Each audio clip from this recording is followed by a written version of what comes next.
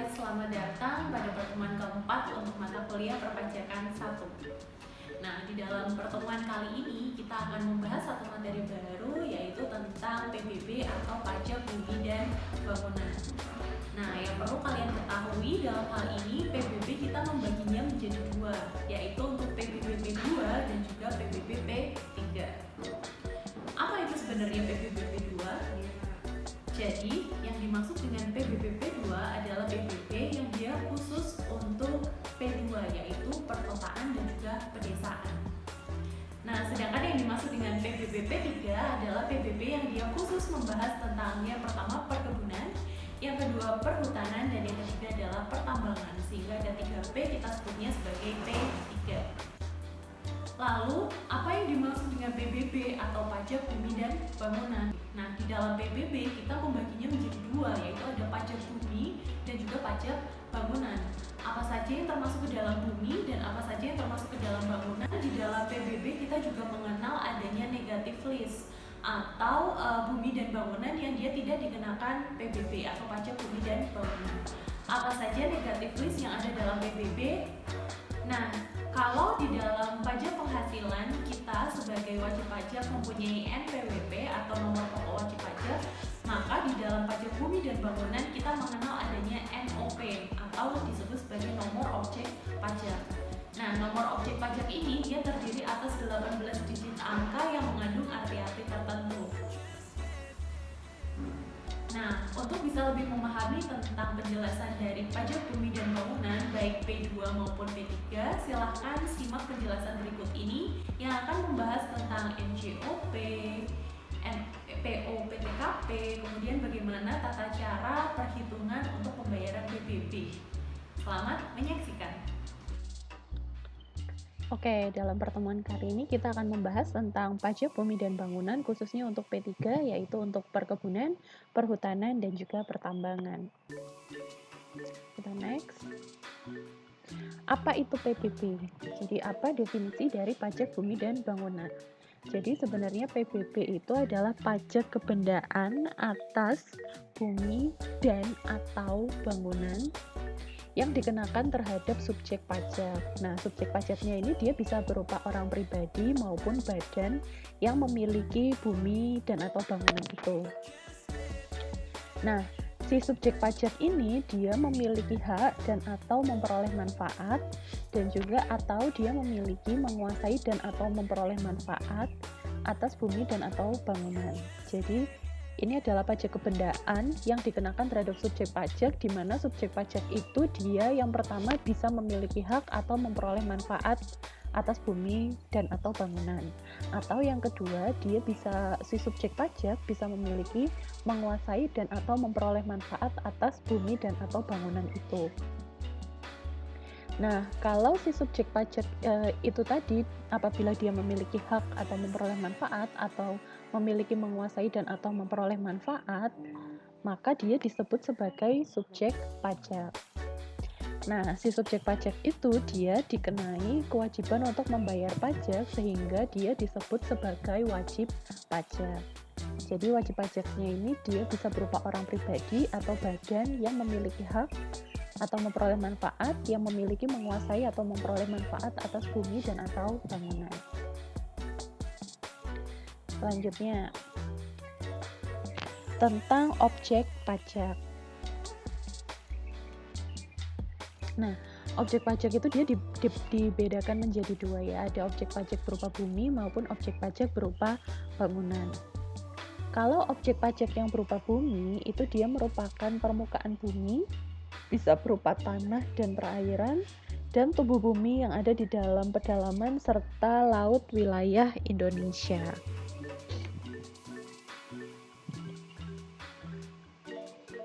Nah, contohnya dari objek pajak bumi itu dia berupa sawah, ladang, kebun, tanah pekarangan maupun tambang. Itu jadi yang dia bumi yang istilahnya belum diapa-apakan, masih belum ada bangunan yang berdiri di atasnya, jadi hanya buminya saja, bisa berupa sawah, ladang, kebun, tanah, pekarangan, tambang.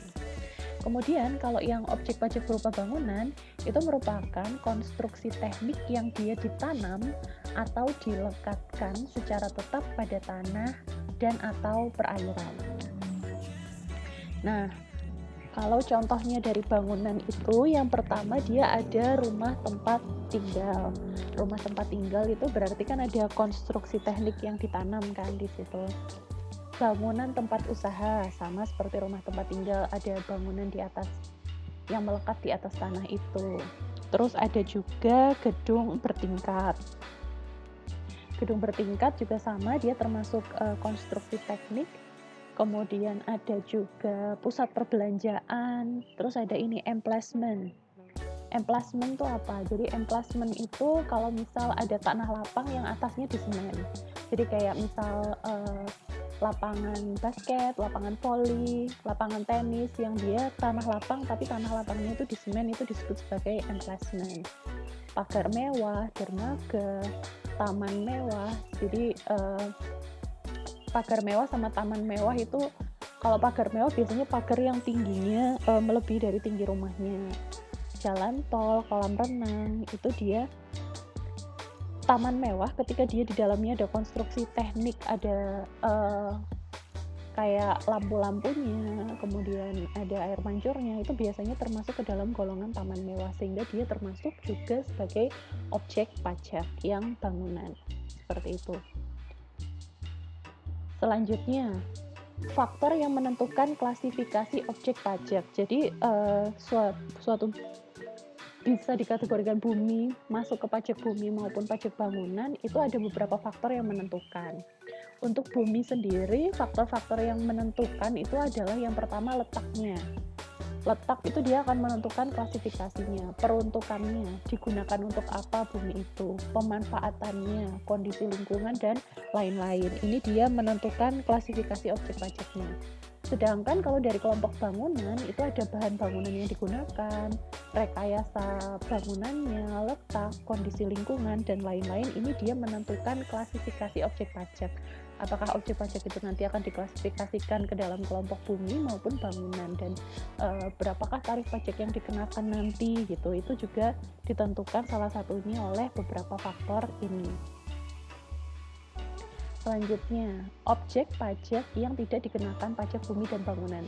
Jadi di sini ini kita sebutnya sebagai negative list atau list negatif, atau objek pajak yang dia tidak dikenai pajak bumi dan bangunan. Jadi ada beberapa yang dia termasuk golongan objek pajak, baik itu pajak untuk bumi maupun untuk bangunan, tapi beberapa objek pajak ini dia termasuk ke dalam negative list atau tidak dikenakan pajak. Apa saja? Yang pertama, kita punya apabila objek pajak tersebut dia digunakan untuk kepentingan umum.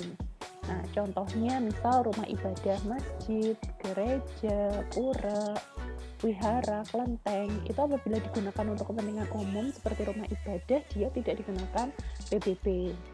Terus, objek pajak yang digunakan sebagai fasilitas kesehatan, rumah sakit, puskesmas, pendidikan, budaya nasional, yang dimana itu tadi objek pajaknya itu untuk non-profit ya. Jadi kan ada bangunan pendidikan tapi dia profit oriented. Nah, berarti itu seperti kayak sekolah swasta, itu berarti dia tetap dikenakan pajak bumi dan bangunan. Kesehatan juga, kalau misal dia untuk yang swasta itu kan tujuannya sudah pasti profit oriented ya. Kalau profit oriented dia dikenakan PBB. Tapi kalau misal dia tujuannya non profit, maka dia tidak dikenakan PBB. Yang kedua adalah pemakaman, kuburan, atau peninggalan purbakala. Itu dia juga tidak dikenakan PBB. Hutan lindung atau taman nasional tidak dikenakan PBB. Perwakilan diplomatik berdasarkan asas timbal balik. Jadi kayak perwakilan diplomatiknya Amerika di Indonesia atau perwakilan diplomatiknya India di Indonesia. Nah, itu mereka juga tidak dikenakan PBB. Jadi tempat mereka tinggal di Indonesia itu tidak dikenakan PBB asalkan ada asas timbal balik. Asas timbal balik itu yang seperti apa? Jadi seperti ketika mereka di Indonesia mereka tidak dikenakan PBB, maka ketika ada perwakilan diplomatik Indonesia di negara mereka, mereka juga tidak dikenakan PBB. Jadi ada timbal baliknya, ada saling gitu.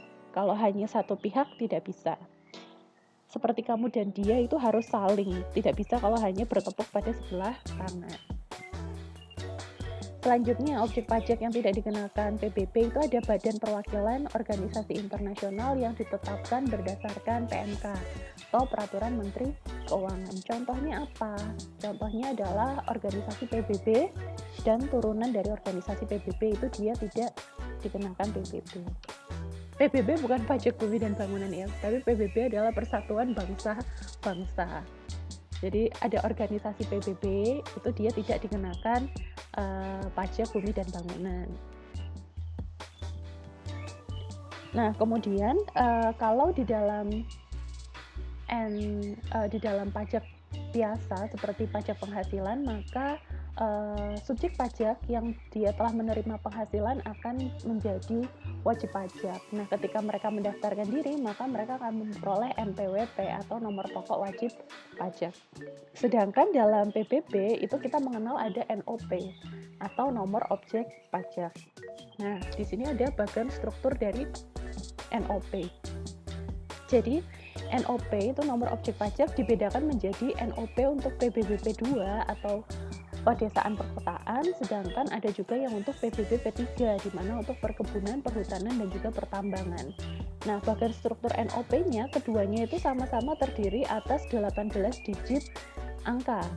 Angka pertama itu sama-sama tentang provinsi. Angka pertama dan kedua, ketiga dan keempat itu tentang kabupaten kota. Angka 5, 6, 7 untuk kecamatan. Kemudian 8, 9, 10 ini berbeda. Kalau 8, 9, 10 untuk pedesaan perkotaan itu untuk kelompok kelurahan atau desa, sedangkan untuk PBB P3 itu untuk KPP-nya. Jadi KPP itu di setiap daerah kan pasti ada KPP-nya. Nah, itu nomor urut KPP-nya untuk P3. Sedangkan untuk yang poin ke-11, 12, 13 untuk PBB P2 itu menunjukkan bloknya atau di manakah letak dari si objek tersebut. 14, 15, 16, 17 itu tentang nomor urut objeknya, dan kelompok terakhir ke-18 itu tentang tanda khusus. Nah, tanda khusus itu biasanya terdiri dari angka 9 atau angka 0. Angka 9 itu kalau atas nama beberapa wajib pajak, dan angka 0 itu kalau dia hanya atas nama satu wajib pajak. Sedangkan kalau untuk PBB P3 itu poin ke-11, 12, 13 itu untuk subjenis sektornya, apakah dia sektor pertambangan, perkebunan gitu. Nomor 14 sampai 17 nomor urut objek, dan nomor ke-18 itu adalah sektornya. Ini adalah bagian struktur NOP-nya. Nah, kemudian di sini kita akan membahas tentang DPP atau Dasar Pengenaan Pajak. Ini dibahas dalam pasal 6 ayat 1 dan 2, di mana dasar pengenaan pajak adalah berdasarkan NJOP atau nilai jual objek pajak. Nah, si NJOP ini dia ditetapkan setiap 3 tahun sekali oleh Menteri Keuangan melalui PMK, Peraturan Menteri Keuangan. Kecuali untuk daerah tertentu itu ditetapkan setiap tahun sesuai perkembangan daerah. Jadi ada peraturan khusus yang mengatur tentang itu. Nah, dasar pengenaan pajak untuk NJOP ini dia memperhatikan harga rata-rata yang diperoleh dari transaksi jual beli secara wajar. Jadi misalkan nilai jual objek pajak itu, jadi apa yang dimaksud dengan nilai jual objek pajak? Jadi ketika misal kita punya rumah, kemudian rumah itu kita jual, maka itu kita sebut sebagai harga dari rumah itu. Tapi apa harga rumah itu dia bisa lebih tinggi, bisa juga lebih rendah, atau bisa sama dengan NJOP, nilai jual objek pajak. Nah, nilai jual objek pajak itu dia biasanya ditetapkan oleh Menteri Keuangan melalui PMK. Nah, jadi ada peraturan tertentu yang mengatur tentang berapakah nilai jual objek pajak, misalkan wilayah tempat tinggal di daerah Purwokerto. Nah, itu ada kayak gitu. Nah, si NJOP ini dia memperhatikan harga rata-rata yang diperoleh dari transaksi jual beli secara wajar. Apa yang dimaksud dengan wajar? Jadi misalkan ketika ada saudara ingin menjual rumahnya kepada saudaranya yang lain. Nah, biasanya ketika menjual antar saudara itu harganya bisa jadi lebih murah daripada harga wajar. Sehingga harga yang lebih murah itu tadi tidak bisa digunakan sebagai dasar pengenaan pajak untuk NJOP-nya. Itu nggak bisa. Meskipun dijual misalkan di daerah tersebut harga pasarannya 500 juta, tapi karena dijual ke saudara dijual 250 juta. Maka 250 juta itu tidak bisa dianggap sebagai DPP atau NJOP. Tapi tetap kita NJOP-nya itu adalah diperoleh dari transaksi jual beli secara wajar. Wajarnya kalau dijual ke orang lain bukan dijual ke keluarganya itu harganya 500 juta. Sehingga yang dipakai adalah 500 juta itu tersebut. Nah, bisa juga dasar pengenaan pajak untuk NJOP-nya ini apabila tidak terjadi transaksi jual beli, bagaimana kita bisa menentukan berapakah NJOP dari bumi atau bangunan tersebut? Nah, yang pertama kita bisa mengetahui berapa NJOP-nya itu dengan membandingkan dengan objek lain yang sejenis, di mana letaknya berdekatan dan fungsinya sama. Misal mendapatkan rumah dari warisan orang tua, berarti kan kita nggak tahu ya berapa NJOP dari rumah tersebut. Gimana cara kita tahunya? Ya kita tinggal membandingkan dengan tetangga kita yang rumahnya itu sama-sama satu lokasi dan fungsinya sama digunakan untuk rumah. Berapa harga rumahnya dia? Oh, harganya 300 juta. Ya berarti kita bisa menggunakan 300 juta itu sebagai dasar. Nah, ini apabila tidak ada transaksi jual beli. Kemudian, bila tidak terjadi transaksi jual beli juga kita bisa menggunakan nilai perolehan baru. Jadi, kayak misalkan bangun rumah terus berapa biaya yang dikeluarkan untuk membangun rumah tersebut. Nah, itu kita anggapnya sebagai nilai perolehan baru. Kemudian yang ketiga, apabila tidak terjadi transaksi jual beli, maka kita bisa menentukan DPP-nya berdasarkan penentuan NJOP pengganti, nilai jual objek pajak pengganti yang dia ditentukan melalui beberapa peraturan, seperti itu. Nah, selanjutnya tentang penilaian objek pajak di nilai jual objek pajak. Nah, di sini ada pendekatan penilaian. Pertama, kita akan membahas dulu tentang pendekatan penilaian. Jadi pendekatan penilaian untuk menilai suatu objek pajak itu dia ada beberapa pendekatan.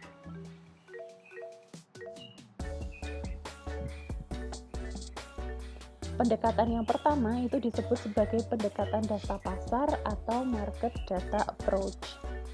Apa yang dimaksud dengan pendekatan data pasar atau market data approach? Jadi untuk menilai suatu objek pajak kita bisa menggunakan pendekatan market data approach. Caranya gimana? Caranya adalah NJOP itu dia dihitung dengan cara membandingkan dengan objek pajak lain yang sejenis yang telah diketahui harga pasarnya. Jadi objek pajak lain yang sejenis yang peruntukan dan fungsinya sama dengan objek pajak yang kita miliki itu dia sudah diketahui harga pasarnya, maka kita bisa menggunakan data tersebut. Itu dinamakan sebagai market data approach. Nah, pendekatan market data approach ini pada umumnya digunakan untuk menentukan NJOP tanah, tapi bisa juga digunakan untuk menentukan NJOP bangunan. Itu adalah untuk market data approach, digunakan dengan membandingkan dengan harga pasar pada objek lain yang sejenis yang lokasinya berdekatan dan peruntukannya sama. Biasanya digunakan untuk tanah, tapi tidak menutup kemungkinan apabila dia digunakan untuk bangunan juga. Yang kedua pendekatan penilaian objek pajak ini kita bisa menggunakan cost approach atau pendekatan biaya. Apa pendekatan biaya? Jadi pendekatan biaya ini dia digunakan untuk menentukan nilai tanah atau bangunan, terutama untuk menentukan NJOP bangunan. Caranya gimana? Caranya dengan cost approach itu kita menghitung seluruh biaya yang dikeluarkan untuk membuat bangunan tersebut dikurangi dengan penyusutan fisik. Jadi kalau di dalam akuntansi kita belajar di mata kuliah intermediate kemarin kita belajar tentang adanya penyusutan terhadap aktiva tetap. Nah, aktiva tetap itu salah satunya adalah bangunan. Jadi bangunan ketika kita bangun baru dengan bangunan yang sudah kita gunakan selama 10 tahun, pasti bangunan yang baru itu harganya akan lebih tinggi daripada bangunan yang sudah digunakan 10 tahun. Kenapa demikian? Ini karena adanya penyusutan terhadap aktiva tetap tersebut. Sehingga pendekatan biaya atau cost approach ini adalah pendekatan yang kita lakukan dengan kita menghitung seluruh biaya yang kita gunakan untuk membangun bangunan tersebut, kita kurangi dengan penyusutan fisiknya. Itu adalah pendekatan yang cost approach. Sementara untuk pendekatan yang selanjutnya itu dinamakan pendekatan pendapatan atau income approach. Apa itu income approach? Jadi pendekatan income approach ini digunakan untuk menentukan NCOP yang tidak dapat dilakukan berdasarkan pendekatan data pasar atau market data approach ataupun pendekatan biaya cost approach. Jadi kalau dia tidak susah ditentukan menggunakan market data approach maupun cost approach, dia digunakan penilaian income approach. Nah, jadi apa yang dimaksud dengan pendekatan income approach? Jadi pendekatan income approach itu adalah kita menentukan berdasarkan berapakah penghasilan atau hasil bersih yang bisa dihasilkan oleh objek pajak tersebut. Nah, biasanya income approach ini dia digunakan untuk menentukan NCOP pada galian tambang maupun objek perairan. Kalau tambang kan sudah pasti dia ada hasilnya, objek perairan juga demikian. Jadi, berapakah hasil yang dihasilkan oleh si objek pajak itu kita namakan sebagai income approach yang kita gunakan untuk penentuan penilaian objek pajak untuk menentukan nilai jual objek pajak tersebut. Selanjutnya, itu tadi tentang pendekatan penilaiannya. Nah, sekarang ada cara untuk menilai NCOP-nya. Bagaimana cara menilai NCOP? Yang pertama, kita sebutnya sebagai mass appraisal atau penilaian secara massal.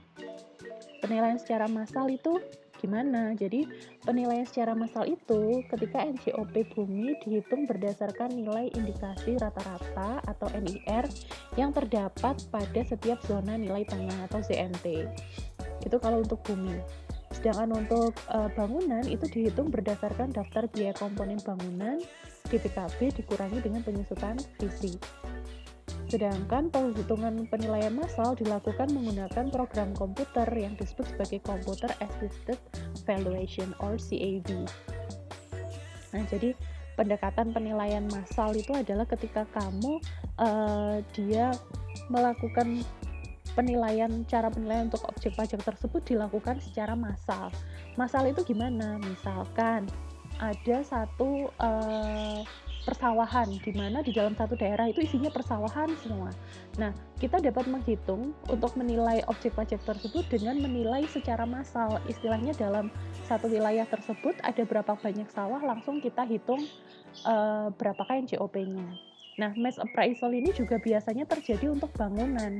Kalau di bangunan itu, biasanya mass appraisal digunakan untuk menilai ketika misal ada di satu wilayah itu ada wilayah perumahan.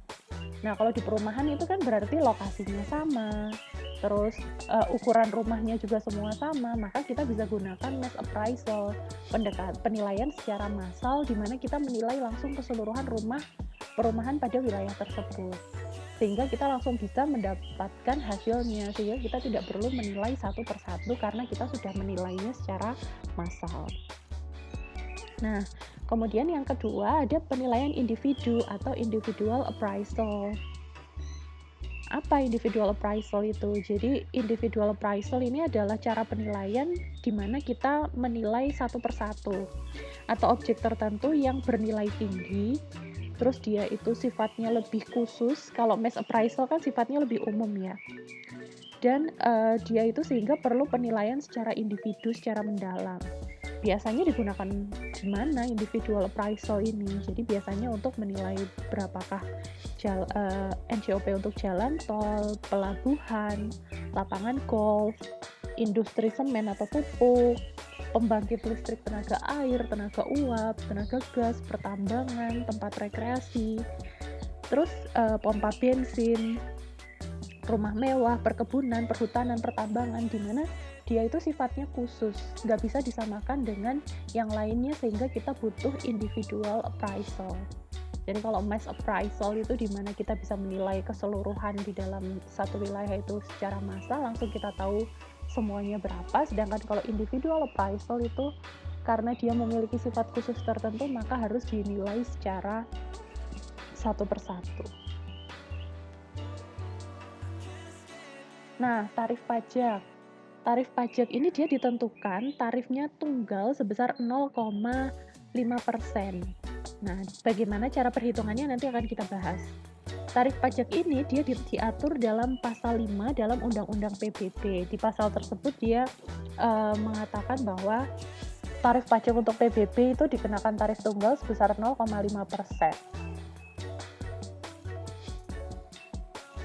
Selanjutnya kita sebelum masuk ke contoh perhitungan, saya mau kenalkan dulu terhadap istilah-istilah khusus. Kayak tadi kita udah mengenal tentang NOP, kita udah mengenal tentang NJOP. Nah, sekarang kita mau kenalan nih sama apa yang dimaksud dengan NJOP TKP. NJOP TKP itu merupakan singkatan dari nilai jual objek pajak tidak kena pajak. Jadi kalau NJOP tadi adalah nilai jual objek pajaknya, nah sekarang kalau NJOP TKP itu adalah nilai jual objek pajak tapi dia tidak dikenakan pajak. Nah, nilai jual objek pajak tidak dikenakan pajak ini dia itu nilainya berbeda untuk masing-masing daerah.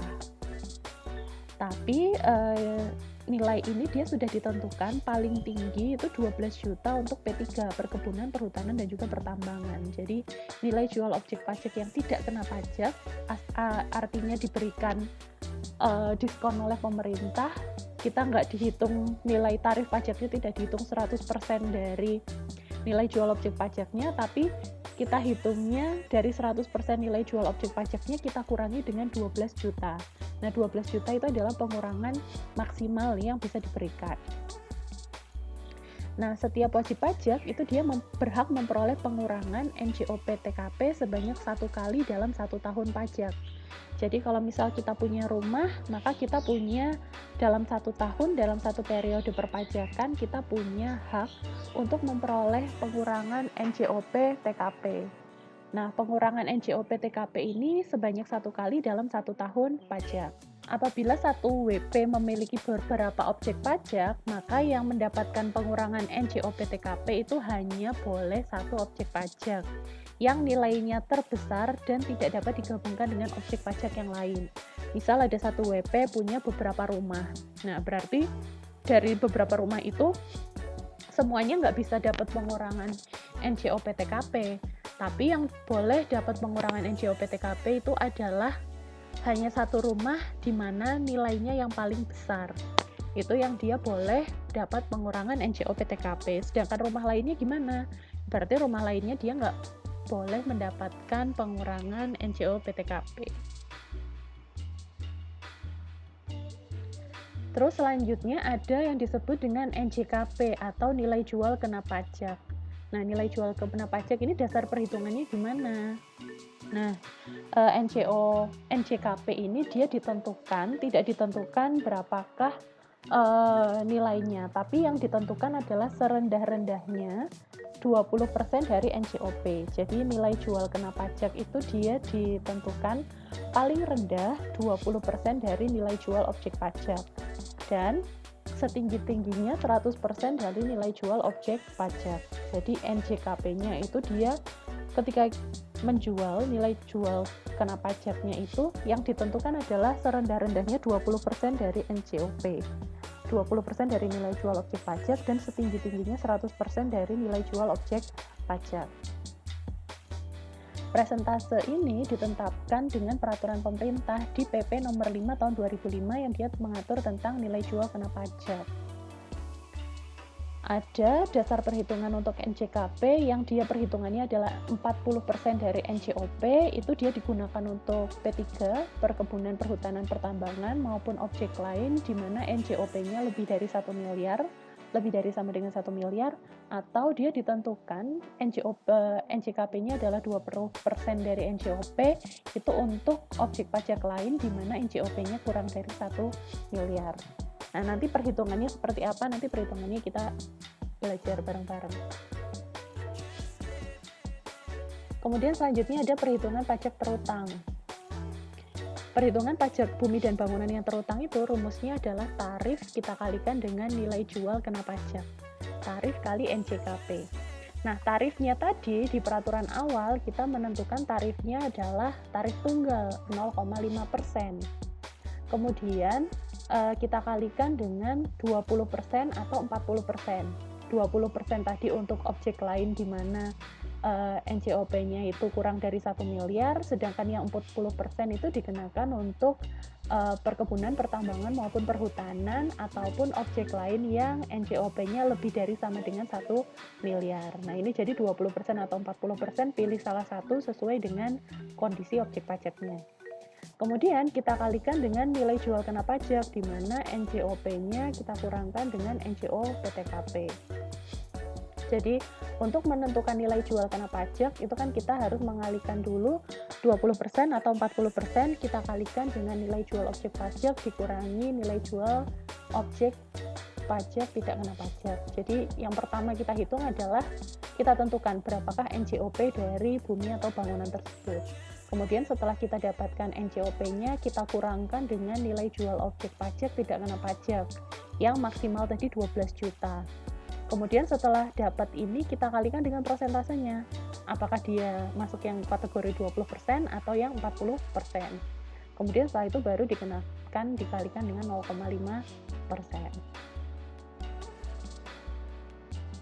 Misalkan ada perkebunan dengan NJOP 200 juta.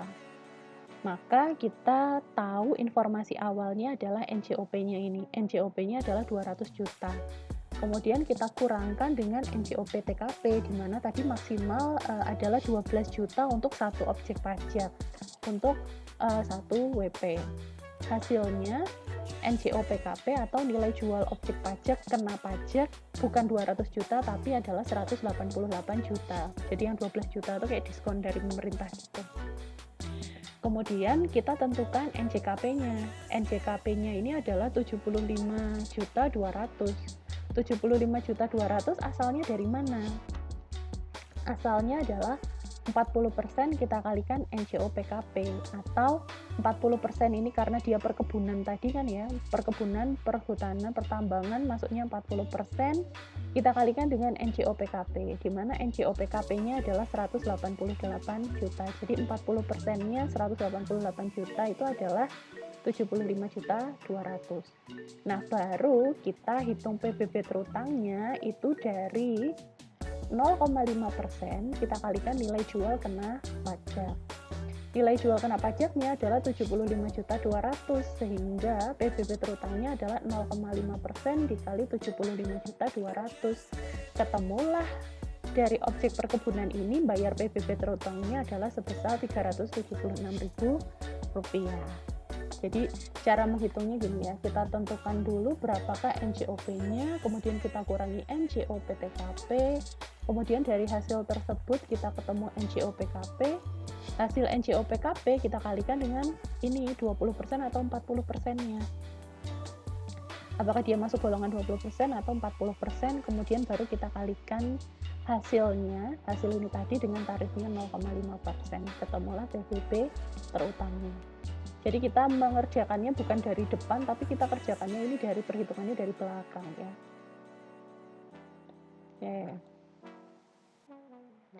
Tahun pajak, saat dan tempat terutang. Jadi tahun pajak ini adalah tahun untuk pembayaran PBB-nya jangka waktu 1 tahun takwim dari 1 Januari sampai 31 Desember. Jadi membayar pajaknya itu cukup 1 tahun sekali. Saat terutang itu adalah menurut keadaan objek saat 1 Januari.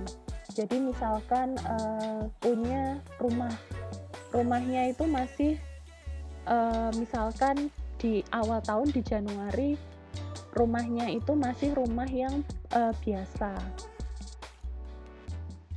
Nah, kemudian ketika 1 Januari itu adalah berarti saat terutangnya objek tersebut adalah rumah tersebut. 1 Januari punya rumah berarti saat terutang dihitung ketika 1 Januari tersebut. 1 Januari berarti bayar PBB untuk rumah tersebut. Nah, ternyata ketika bulan Agustus rumahnya itu dia dihancurkan, ingin diganti menjadi tanah lapang saja. Jadi rumahnya mau dirobohkan. Nah, berarti ketika 31 Agustus itu dia ketika tahun tersebut itu kan masih dalam 1 tahun ya, dari mulai Januari bentuknya masih rumah, Agustus sudah dihancurkan menjadi tanah lapang, udah nggak ada rumahnya, maka saat terutangnya objek tersebut adalah ketika 1 Januari, di mana 1 Januari itu bentuknya masih rumah, sehingga biaya yang dibayarkan untuk PBB terutangnya itu adalah PBB terutang untuk rumah tersebut. Meskipun pada bulan Agustus rumahnya sudah dirobohkan sehingga bentuknya sudah bukan rumah lagi tapi menjadi tanah lapang. Nah, baru untuk 1 Januari tahun berikutnya ketika bentuknya sudah tanah lapang itu baru kita ganti PBB-nya adalah untuk si tanah lapang, bukan untuk rumah lagi. Kemudian ada tempat terutang. Jadi tempat terutangnya PBB itu adalah di wilayah daerah yang meliputi letak objek pajak. Jadi kalau misal letak objek pajaknya di Purwokerto, ya tempat terutangnya di Purwokerto. Kalau objek pajaknya di Papua, ya tempat terutangnya di Papua. Seperti itu. Menurut lokasinya si objek pajak. Oke. Itulah tadi pembahasan kita tentang pajak bumi dan bangunan yang membahas tentang P3, perkebunan, perhutanan, dan juga pertambangan. Untuk lebih memahami tentang penjelasan tersebut, silakan mengerjakan latihan soal yang sudah saya upload ke e-learning. Apabila ada pertanyaan, silakan ditanyakan dan didiskusikan melalui WhatsApp group. Selamat belajar, sampai jumpa pada pertemuan berikutnya. Bye guys!